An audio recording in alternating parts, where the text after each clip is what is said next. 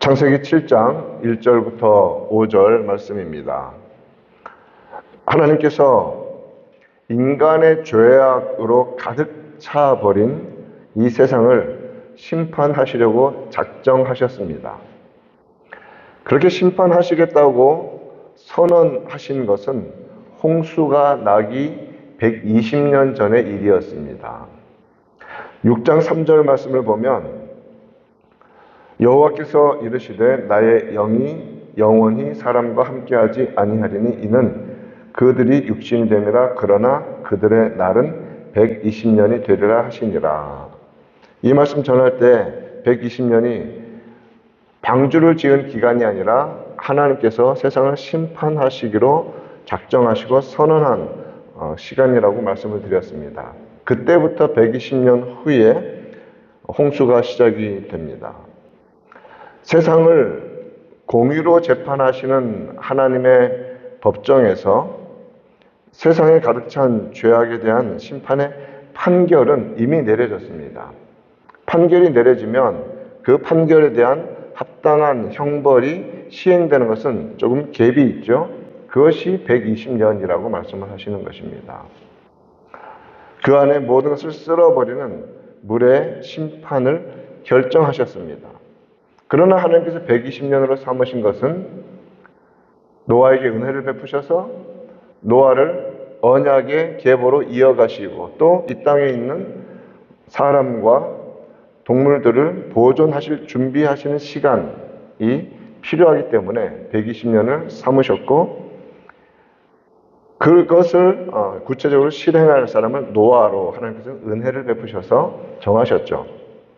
노아는 500세가 넘은 나이에 셈과 함과 야벳을 낳았습니다.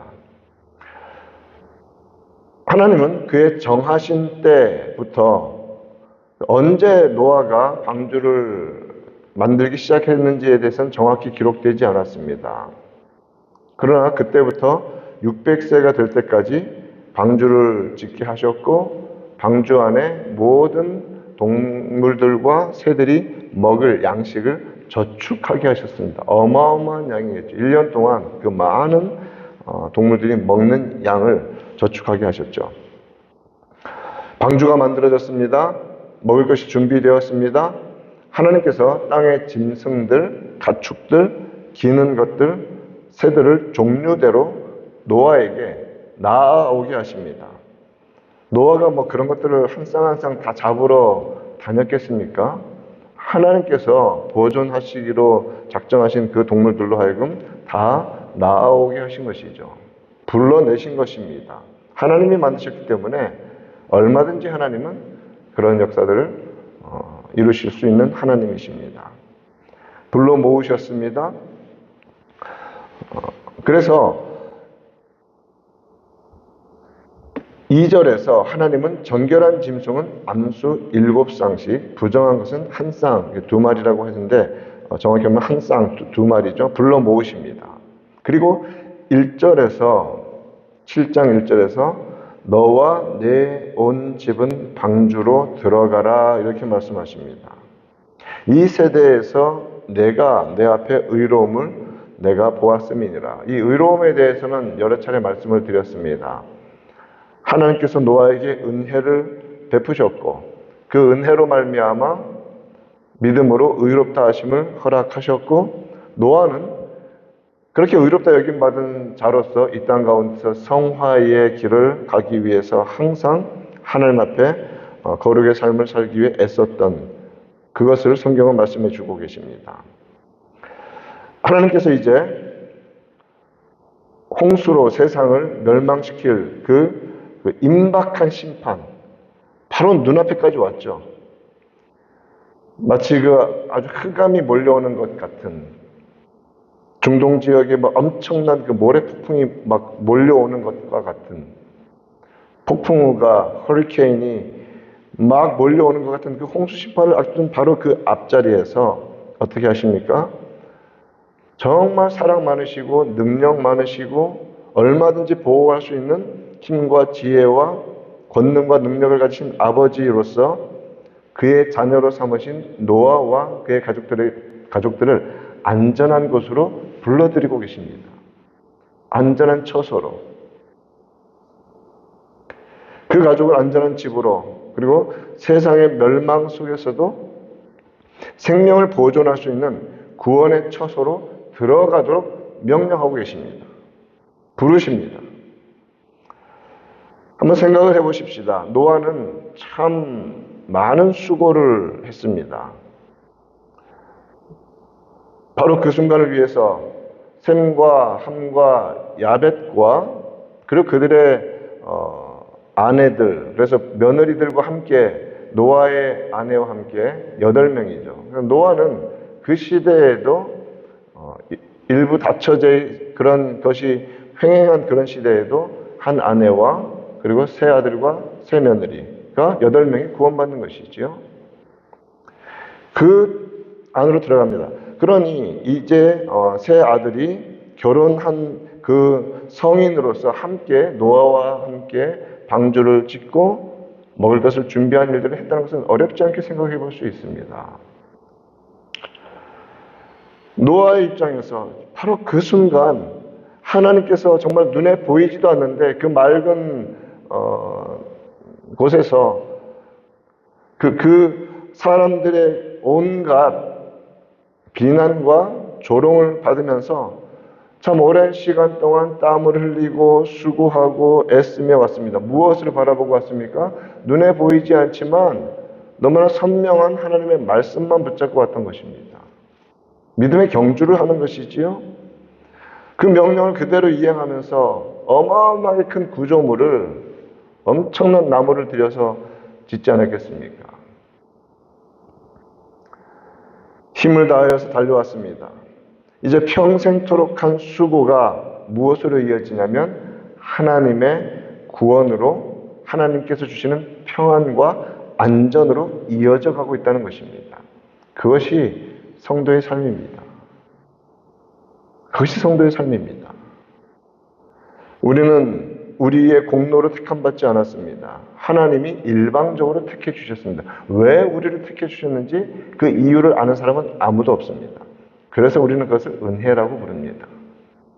하나님의 주권적인 뜻에 따라서 택함받았습니다. 우리에게 믿음을 주셔서 그 믿음으로 예수 그리스도를 영접하니 그 믿음을 의로 여기시고 구원하여 주십니다. 구원받은 자로서 이제 우리는 어떻게 살아가야 합니까? 말씀대로 살아가야죠. 눈에 보이지 않습니다. 세상은 조롱합니다. 성경 말씀 수천 년 전에 기록된 것 가지고 붙잡고 살아간다고 이해하지 못할 눈으로 바라봅니다. 말씀에 순종하면서 하나님의 구원 역사를 위해 그 맡겨진 사명을 감당하고 달려가는 것, 정말 예수 그리스도를 표대로 삼아 달려가는 그 삶은 때로는 지칠 수 있고 때로는 눈에 안 보이니 연약한 인생으로 넘어질 수도 있지만 결국 우리는 어떤 순간에 나아가냐면 노아와 같이 이제 방주로 들어가는 그때를 경험하게 될 것입니다. 그것이 우리 주님 오시기 전에는 주님의 나라에 부름받는 죽음의 과정이 될 수도 있고 또 우리 살아있을 때 주님 오신다면 얼마나 영광스러운 변화로서 주님 앞에 우리가 나아갈 수 있겠습니까? 우리 성도는 그때를 바라보고 살아갑니다. 그 기쁨과 그 희열, 주님의 부름받아가는 그 순간에 느끼는 그 기쁨. 수고하고 애쓰고 정말 모두가 노아 시대에는 정말 거의 100% 사람들이 다 조롱하고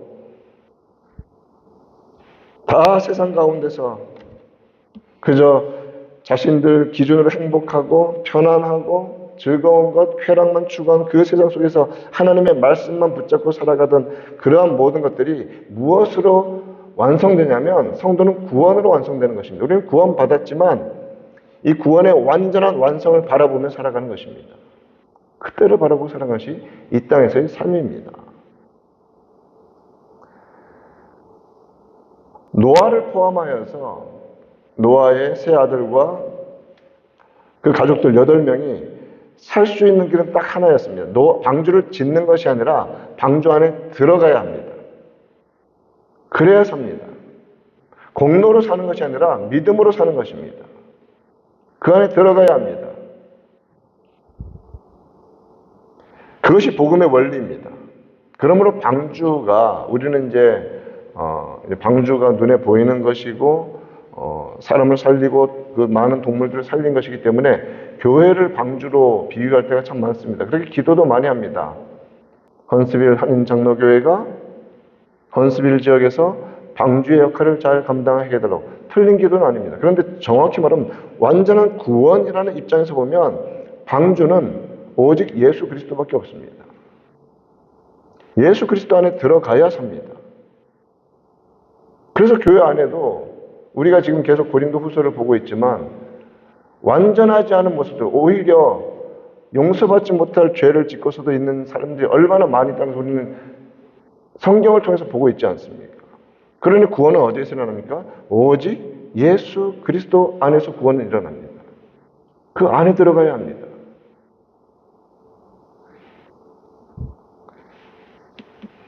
방주 안에, 그리스도 안에 있으면 죄에 대한 심판과 형벌로 세상에 가해지는 이 사망에 이르지 않는 것입니다. 감사하게 우리는 온전히 믿는 자로서 방주이신 그리스도 안에 있습니다. 그렇다면 교회의 역할은 무엇인가? 바로 이 방주 안으로 들어오라고 부르는 역할을 하는 것이 교회입니다. 방주는 그리스도이십니다. 요한계시록 22장이 성경의 마지막 챕터인데 17절에 보면 성령과 신부가 말씀하시기를 오라 하시는도다. 듣는 자도 오라 할 것이요 목마른 자도 올 것이요 또 원하는 자는 값없이 생명수를 받으라 하시더라. 여기서 말하는 신부는 그리스도의 신부인 교회를 가리키는 것이죠. 교회는 무엇을 한다고요? 오라고 부르는 곳이 교회입니다. 와서 생명수 물을 마셔라. 방주 안으로 들어와야 산다. 그리스도 안에서만 구원받을 수 있다. 그러므로 교회는 영원하고 완전한 산성이시며 구원자이시며 피할 바위이신 예수 안으로 들어오라고 온 세상을 향해 외쳐야 합니다. 교회는 세상적인 방식으로 세상을 감동시키는 곳이 아니라 하나님의 말씀으로 세상에 선포하고 그 말씀 안으로 이끌어 드리는 것이 교회입니다. 무엇에 우리는 기준을 맞춰 살아가야 합니까? 오직 구원은 예수 그리스도 안에밖에 없으며 그 일을 무엇으로 감당해야 합니까? 말씀으로 감당해야 합니다. 물론 어려운 세상을 돕는 일들, 구호하는 일들, 같이 구제 공유하는 것 병행합니다. 그러나 가장 중요한 것은 이 복음의 내용, 여기서 교회는 절대 떠나서는 안 되고 이것을 전하는 일이 프라이머리입니다. 프라이머리를 하지 않는 상태에서 세컨더리에 힘을 쓰면 그것을 가리켜서 모래 위에 짓는 집이라고 말합니다. 언제나 든든한 기초이신 예수 그리스도 위에서 믿음으로 날마다 확인되어지고 예배로 살아나며 말씀으로 훈련되어지는 일들이 교회 안에서 거기에 집중될 때 당연하고도 자연스럽게 전도와 선교는 그 온전한 영적인 힘으로 일어나는 것입니다. 그것이 교회가 사는 길입니다. 그것이 이 땅을 살리는 길입니다. 신부인 교회, 성령께서도 그래서 계속 그렇게 감동시키시는 작업들, 하나님께서 작정하신 자들의 마음을 움직이셔서 복음을 받아들이게 하시는 작업들을 성령께서 하시고 교회는 외치고 전하고 전파하고 말씀을 선포하는 것입니다. 방주를 들어오는 것, 다시 한번 정리합니다. 주 예수 그리스도 안에 들어오는 것입니다. 내가 너 안에, 너가 내 안에 거하면 사람이 그토록 영생을 축복하게 누리며 주와 더불어 먹고 마시는 기쁨이 있지 않습니까? 그리스도 안에 들어오지 않는 이상 아무리 그리스도 주변에 있다고 해서 그것이 생명을 주지는 않습니다. 그리스도 안에 들어가야 합니다. 그를 영접해야 합니다. 그 안에 들어가 그와 더불어 살아야 합니다. 4절 말씀을 보면 지금부터 7일이면 내가 40주야를 땅에 비를 내려 내가 지금 모든 생물을 지면에서 쓸어버리리라 이렇게 말씀하십니다. 120년 전에 이미 세상의 상태는 결정되었고 선포되었습니다. 선언되었습니다. 이제 시행만 앞두고 있습니다. 시행, 그 형벌의 시행, 그리고 그동안 노아 가족을 통하여서 그 자체가 회개의 기회를 전파하는 거 아닙니까? 이 땅 물로 망한다. 아주 눈에 보이게 전도가 이루어지지 않습니까? 그렇게 회개의 기회는 선포되었습니다. 그리고 오늘 이 말씀을 이렇게 생각해 봅시다. 7일 후에 비를 내리신다. 방주로 들어가고 문을 닫고 7일 동안 머물러 있는 겁니다.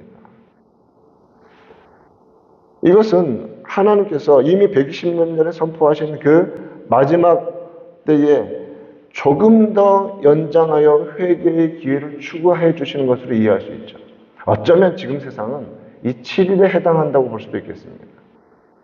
망해도 벌써 망하고 정리해도 벌써 정리해야 할 이 어마어마한 죄악의 세상, 가득한 세상 속에서 주님은 더 기회를 주고 계시죠.